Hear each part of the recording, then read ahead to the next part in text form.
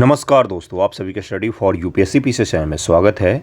आज तारीख है 11 जनवरी 2025 ईस्वी और आज का न्यूज़पेपर आर्टिकल डिस्कशन का ये वीडियो होगा। आज के वीडियो में क्या क्या हम लोग समझेंगे तो कैलिफोर्निया के वाइल्ड फायर जो है, जंगल की आग जो है, उसको ज़रा समझेंगे कि इसके पीछे क्या कारण हो सकता है। कुछ पीटी के रिगार्डिंग शब्दावली है, वर्ड्स हैं जो आपके पीटी एग्जामिनेशन में पूछे जा सकते हैं, उसको ज़रा अध्ययन करेंगे। मेंस के पॉइंट ऑफ व्यू से भी देखेंगे।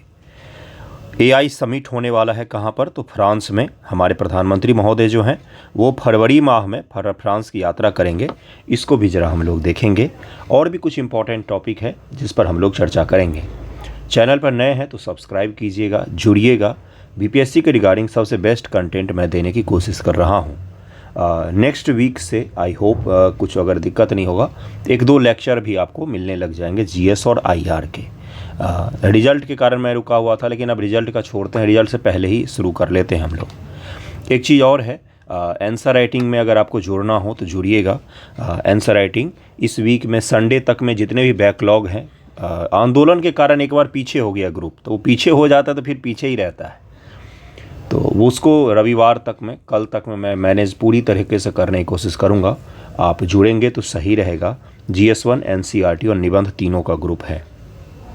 सभी के आंसर्स इस 2 दिन में लगभग मैं चेक कर दूंगा। और क्या क्या है टॉपिक, देखिए पहली बार आपको पता होगा कि इलेक्शन कमीशन के इलेक्शन कमिश्नर जो होते हैं उनको अपॉइंटमेंट का तरीका बदल दिया गया था सेंट्रल गवर्नमेंट के द्वारा। अब जो कमेटी होगी उसमें कौन कौन होते हैं, उसमें एक प्रधानमंत्री महोदय होते हैं, एक लीडर ऑफ अपोजिशन होता है, लीडर ऑफ अपोजिशन, और एक कैबिनेट के मिनिस्टर होते हैं। ये 3 लोग मिलकर किनको चुनते हैं, तो चीफ इलेक्शन कमिश्नर को चुनते हैं। चीफ इलेक्शन कमिश्नर को चुनते हैं। इस बार उनके चुने जाने की प्रक्रिया होगी, इसलिए ये थोड़ा सा न्यूज़ में आ गया है। इसके बारे में पहले ही बता चुका हूँ आपको, फिर से एक बार हम लोग पढ़ लेंगे। चीफ इलेक्शन कमिश्नर कौन होते हैं, तो भारत में संविधान के द्वारा, कल एक बच्चे ने मैसेज किया था कि शब्दावली थोड़ा कठिन हो जाता है न्यूज़पेपर डिस्कशन का, तो मैं समझाने की पूरी कोशिश करूंगा कि आसान भाषा में हम लोग समझें चीज़ों को। भारत में संविधान के द्वारा भारत में इलेक्शन करवाने के लिए एक बॉडी बनाई गई है, जिसको नाम क्या दिया गया है, इलेक्शन कमीशन नाम दिया गया है। हिंदी में उसको चुनाव आयोग कहा जाता है बच्चों, चुनाव आयोग कहते हैं।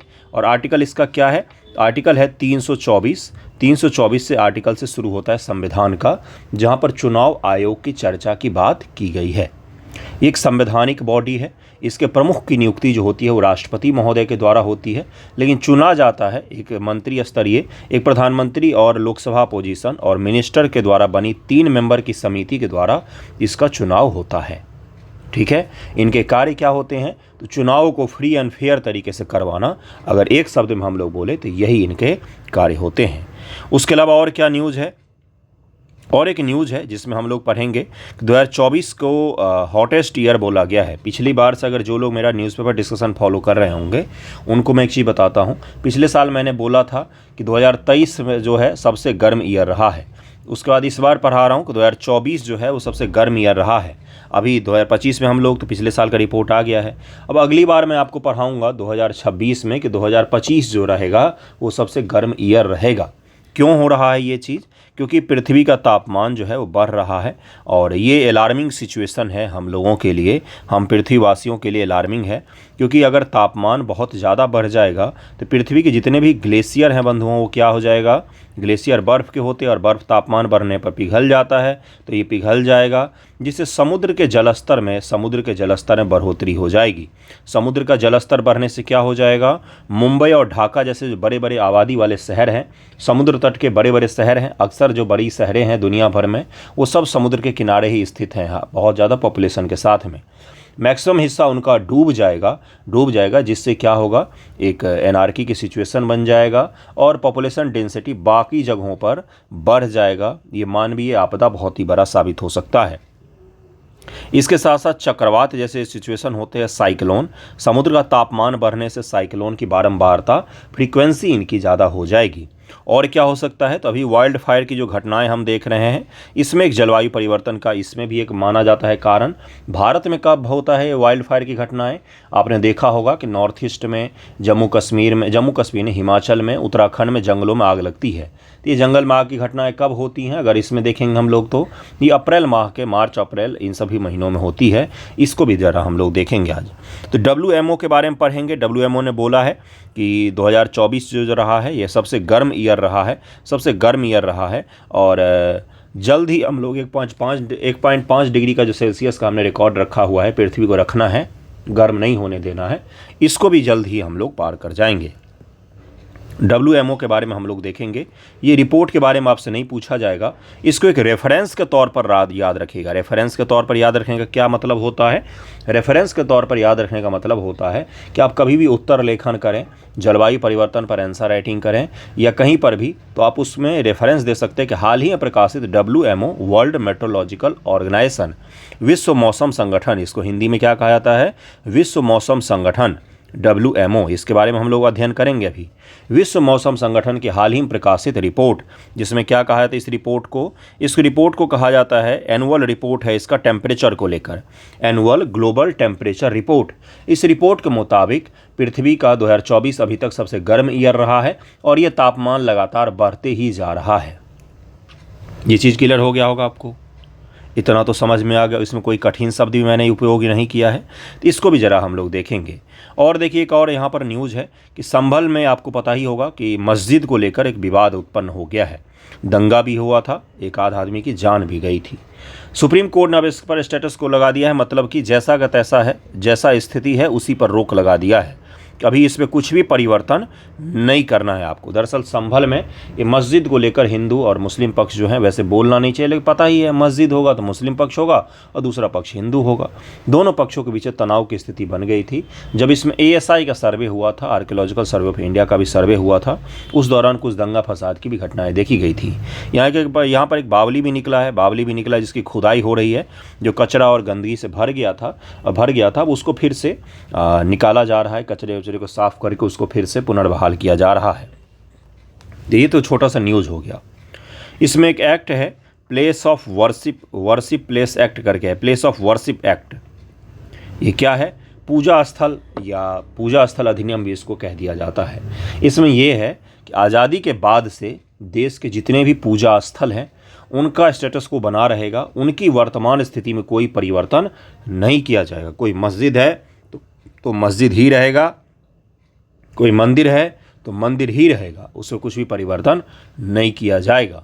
लेकिन इसमें एक एक्सेप्शन था, वो था रामलला जन्मभूमि विवाद जो था, उसमें एक्सेप्शन था बाबरी मस्जिद को लेकर। तो अब तो उसका भी फैसला हो गया है, लेकिन अब जगह जगह पर नए चीज़ें उभर कर सामने आ रही है। इस पर जो भी आपको अपडेट आएगा पेपर में उसको हम लोग कर लेंगे, लेकिन फिलहाल तो इसमें इतना ही था। इससे कुछ खास आपके एग्जाम में भी नहीं पूछेगा। प्लेसेस ऑफ वर्शिप एक्ट जो है ये आपको मैं अलग से ज़रूर पढ़ाऊँगा, आने वाले वीडियोज़ में पढ़ा दूँगा मैं। चलिए देखते हैं कैलिफोर्निया के वाइल्ड फायर को देखते हैं, उसमें क्या कारण है, उसके क्या शब्दावली हैं उससे रिलेटेड, उसका जरा अध्ययन करते हैं। पश्चिमी अमेरिका के जंगल की आग की समस्या। देखिए दरअसल में अमेरिका का अगर आप मैप देखेंगे तो इसी प्रकार का है, अमेरिका चौकोर जैसा है। ये जो इलाका है ना, पश्चिम का इलाका अमेरिका का, और ये पूरब का इलाका है। वॉशिंगटन, न्यूयॉर्क, ये सब शहर यहाँ पर दिखेंगे। कैलिफोर्निया, सैन फ्रांसिस्को वगैरह का नाम सुना आपने, हॉलीवुड का नाम सुना होगा, वो सब शहर आपको इस तरफ दिखते हैं। ठीक है, दोनों भाग अमेरिका का डेवलप्ड है, हाईली डेवलप्ड है। बीच का एरिया भी डेवलप्ड है अमेरिका का। पूरा अमेरिका ही डेवलप्ड कंट्री है, दुनिया के सबसे ज़्यादा डेवलप्ड देश में नाम आता है। पश्चिम का इलाका जो है, इसकी विविधता और इसका जलवायु, इसका ज्योग्राफी जो है वो बिल्कुल ही अलग है। यहाँ पर रेगिस्तान भी है, गर्मी भी अधिक पड़ती है, ठंड भी अधिक पड़ती है, वर्षा तुलनात्मक रूप से कम होती है। आज के ही द हिंदू में जो न्यूज़ दिया उसमें इन्होंने बोला है कि कारण जो बताया इन्होंने, उसमें एक कारण ये भी बताया है कि कैलिफोर्निया और सैन फ्रांसिस्को का इलाका जो है, जहाँ पर अभी आग की घटना देखी गई है, पश्चिम का जो वो इलाका है जहाँ पर आग की घटना देखी जा रही है, उस इलाके में इस बार वर्षा जो है वो तुलनात्मक रूप से बहुत ही कम हुई है, बहुत ही कम रहा है। बहुत ही गर्म ईयर रहा है ये उस प्रदेश के लिए, उस जगह के लिए बहुत ही गर्म ईयर रहा है, वर्षा बहुत कम हुई है। ये दो कारण मुख्य रूप से बताए गए हैं। इसमें जलवायु परिवर्तन का तीसरा कारण बताया गया है, जिसके कारण से यहाँ पर आग की घटनाएं देखी गई हैं।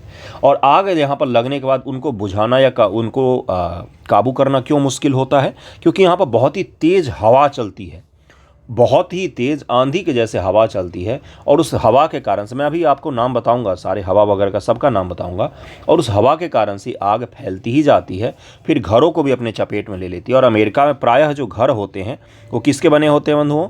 वो लकड़ी के बने होते हैं, वो लकड़ी के बने होते हैं, या लकड़ी के नहीं भी जो घर बने हुए हैं, ये आग इतनी भयावह थी कि उनको भी इसने जला करके राख कर दिया। और ये उस इलाके में आग लगी जहाँ पर अमेरिका के अच्छे खासे रईस लोग, अमीर लोग रहते थे। क्या मतलब बनता है, रईस के घर जले या गरीब के घर जले? घर तो घर ही होता है किसी का भी।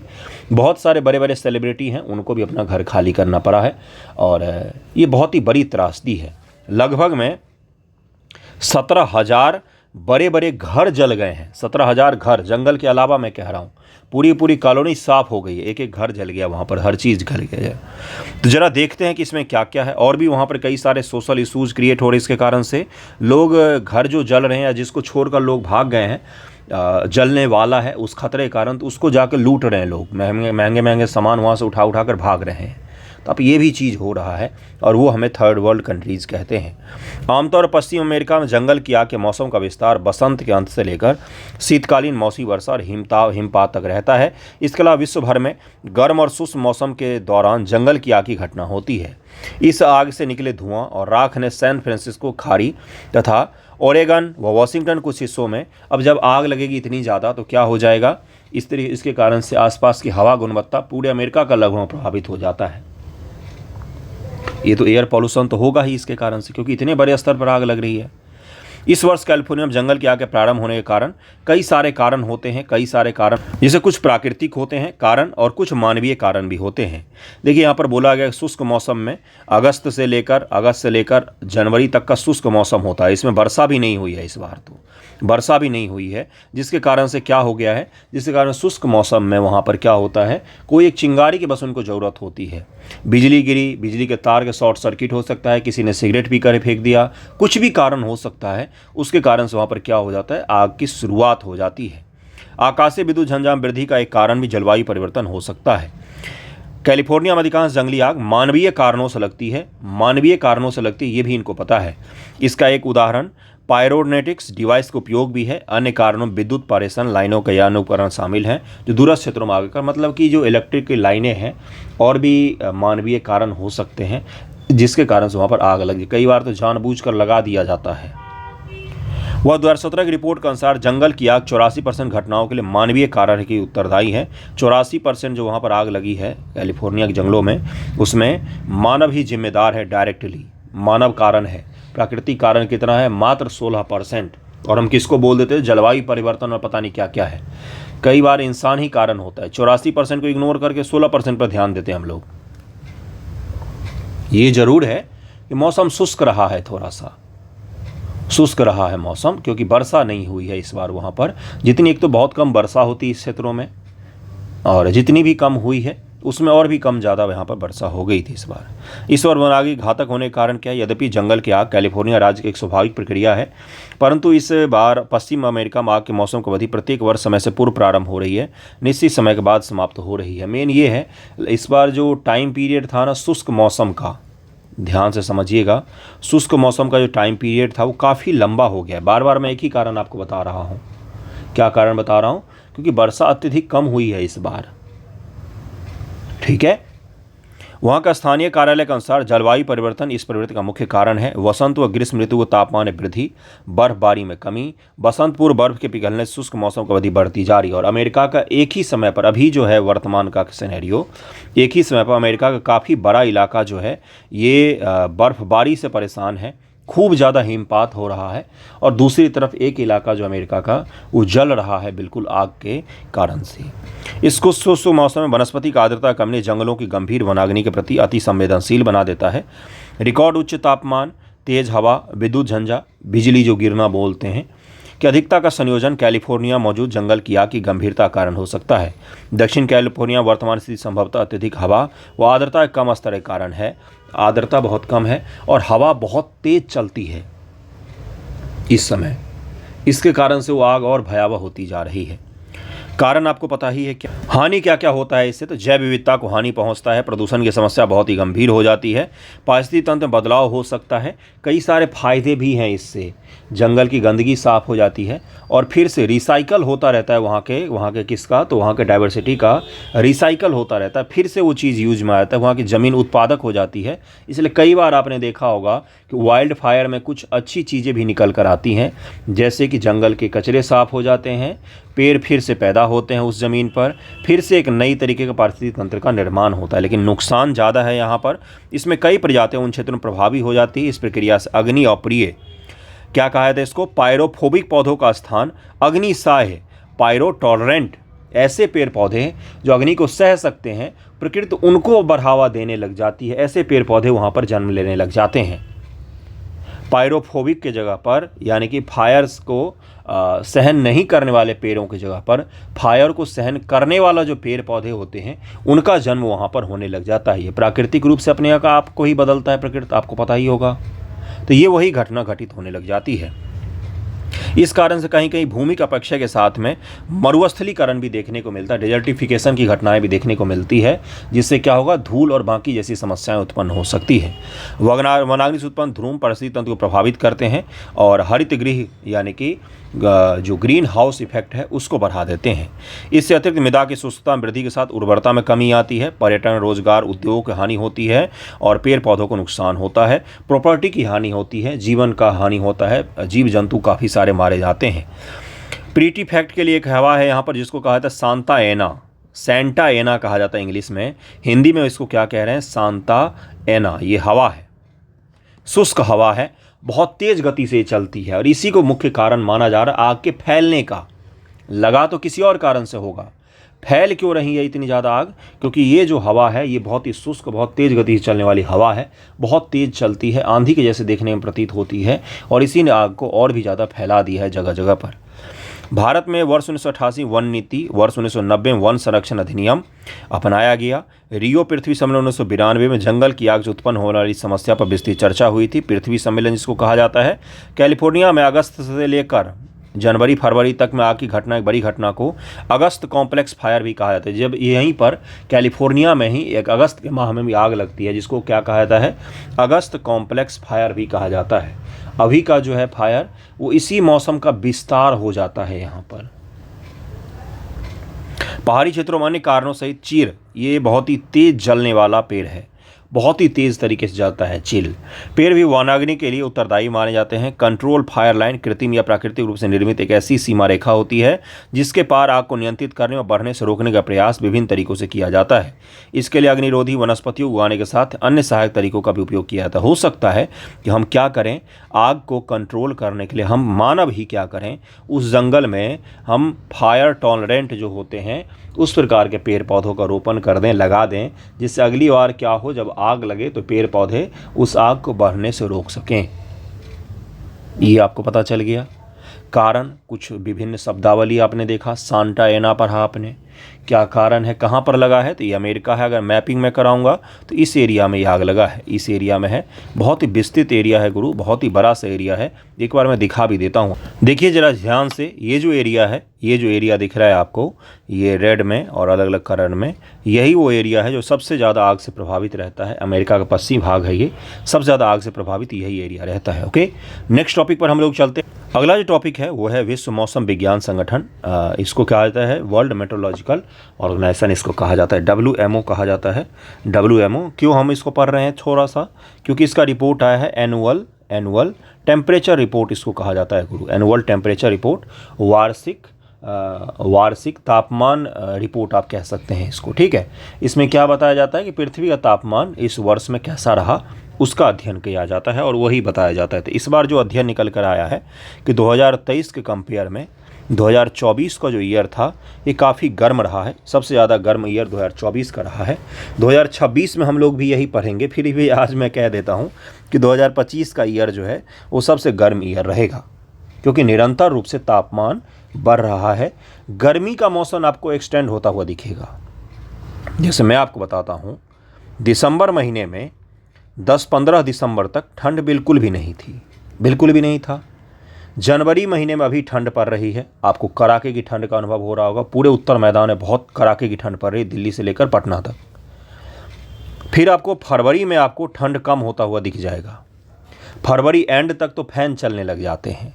मार्च अब ग्रीष्म ऋतु हो गया है बसंत ऋतु की जगह पर। पहले क्या होता था, बसंतोत्सव कहा जाता था होली के त्यौहार को। आज का निबंध मैं यही देने वाला हूँ, त्यौहार को रिलेट करके लिखना होगा आपको। होली को जैसे बसंतोत्सव कहा जाता है, बसंत का अंत माना जाता है उस दिन से, तो उस समय अब गर्मी रहती है, अगर आपने गौर किया होगा तो यानी कि गर्मी का जो मौसम है वो बड़ा हो रहा है, उसका टाइम पीरियड अवधि ज़्यादा हो रहा है। शरद ऋतु और बसंत ऋतु जो होती थी वो उसकी कॉन्सेप्ट ही ख़त्म हो गया है। शरद ऋतु यानी कि ग्रीष्म के पश्चात जब ठंड की मौसम शुरुआत से पहले का बीच का जो मौसम होता है वो अब कम हो गया है, और ग्रीष्म ऋतु के बाद बसंत का जो मौसम होता है वो आपको कम होता हुआ दिखेगा। आप अनुभव कर सकते हैं, है ना। देखिए क्या है यहाँ पर, WMO का स्थापना IMO से हुई है। IMO की स्थापना 1873 के वियना अंतर्राष्ट्रीय मौसम विज्ञान कांग्रेस में हुआ था। 1873 ईस्वी में एक संगठन बना था, ठीक है। 1950 तक परिचालन में था। उसके पश्चात 23 मार्च 1950 को IMO औपचारिक रूप से WMO परिवर्तित हो गया। विश्व मौसम विज्ञान संगठन इसको कहा जाता है। यह UN की एक विशेष एजेंसी है। यूनाइटेड नेशन उसकी विशेष एजेंसी जो है, जैसे UNSC है, उसी में एक प्रकार का WMO भी है, उसी का एक प्रकार है। विश्व मौसम विज्ञान दिवस 23 मार्च को मनाया जाता है। ये पूछा जा सकता है PT एग्जामिनेशन में आपसे। यह जलवायु विज्ञान, जल एवं भूभौतिक और अंतर्राष्ट्रीय सहयोग को बढ़ावा देता है।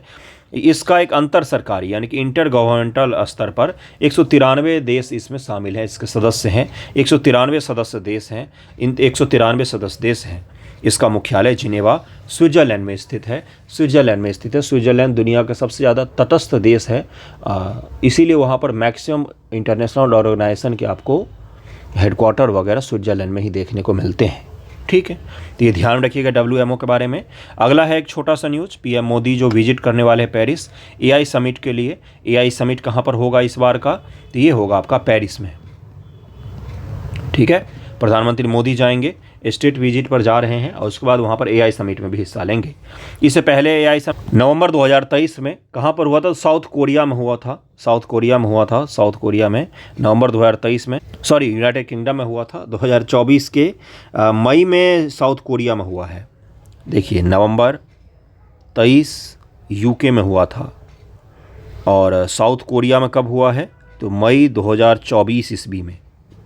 अब फरवरी 2025 में कहाँ पर होने वाला है, पेरिस में होने वाला है। पेरिस में, पेरिस किस नदी किनारे, सीन नदी किनारे। कितनी बार पढ़ा है मैंने, क्या पता पूछ ले PT फैक्ट में। तो ये ध्यान में रखिएगा, इस तीनों जो AI को रिलेटेड समिट हुए हैं उसको ध्यान में रखना है आपको, ओके।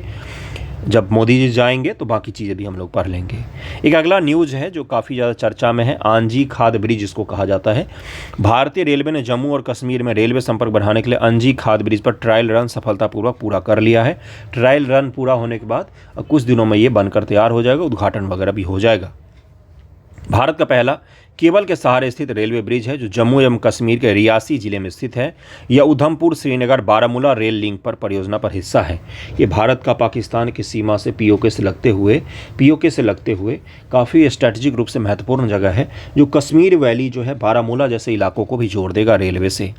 यह ब्रिज 725.5 मीटर लंबा है और इसके 331 मीटर ऊंचे हैं। 213 किलोमीटर प्रति घंटा गति चलने वाली पवनों के प्रवाह को सहन करना और 100 किलोमीटर प्रति घंटा गति चलने वाली रेलगाड़ियों को सहारा देने के लिए इसको बनाया गया है। इसे पर्वतीय ढालों को स्थिर रखने के लिए अलग अलग लंबाई के 82 से 295 मीटर के 96 केबल और एक नवीन हाइब्रिड आधार का उपयोग किया गया है। और ये जो ब्रिज है ये इंजीनियरिंग का शानदार उदाहरण हो सकता है। इसमें दक्षता में सुधार लाने के लिए डोका jump form shuttering, pump concreting व टावर क्रेन तकनीका, ये जो सिविल वाले होंगे वो समझ रहे होंगे कि मैं क्या बोल रहा हूँ। इन तकनीक आप बस इतना मानकर चलिए कि जब हाई एल्टीट्यूड एरिया में बहुत अधिक ऊंचाई पर रेलवे के लिए ब्रिज बनाया जाता है, ऊंचाई से जैसे ही बढ़ेगा तो वहाँ पर हवा की रफ्तार क्या हो जाती है बंधुओं, बढ़ जाती है। जैसे जो आपने बुर्ज खलीफा का नाम सुनते हैं, बुर्ज खलीफा को इस प्रकार से डिज़ाइन किया गया है कि इतने ऊंचे बिल्डिंग पर बहुत तेज़ गति से हवा आती है, तो हवा उसको नुकसान ना पहुंचाए, उसका एरोडायनामिक्स इस तरीके से बनाया जाता है ताकि हवा उसको नुकसान पहुंचाए बिना आगे गुजर के चली जाए और बिल्डिंग सुरक्षित रहे।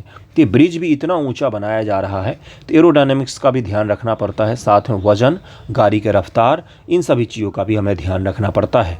तो अब ये बनाया गया है, ये उद्घाटन भी जल्द ही हो जाएगा, उसके बाद भी हम लोग एक बार इसको पढ़ेंगे। तो इसको बस ध्यान में रखिएगा। ये पूछ सकता है ये ब्रिज हाल ही में बना है, इस पर ट्रायल रन वगैरह हो गया है, तो कहाँ पर है ये? तो अंजी खाद ब्रिज ये जम्मू कश्मीर में है, जो बारामूला जैसे इलाके जो हैं कश्मीर घाटी के, उनको जोड़ेगा मेनलैंड इंडिया से। ओके, तो आज का वीडियो यहीं पर एंड करते हैं बंधुओं। आई होप आप कुछ सीख पा रहे होंगे। पढ़ने पर ध्यान दीजिएगा, पढ़ाई से ही बेड़ा पार होता है। थैंक यू सो मच आप सभी का।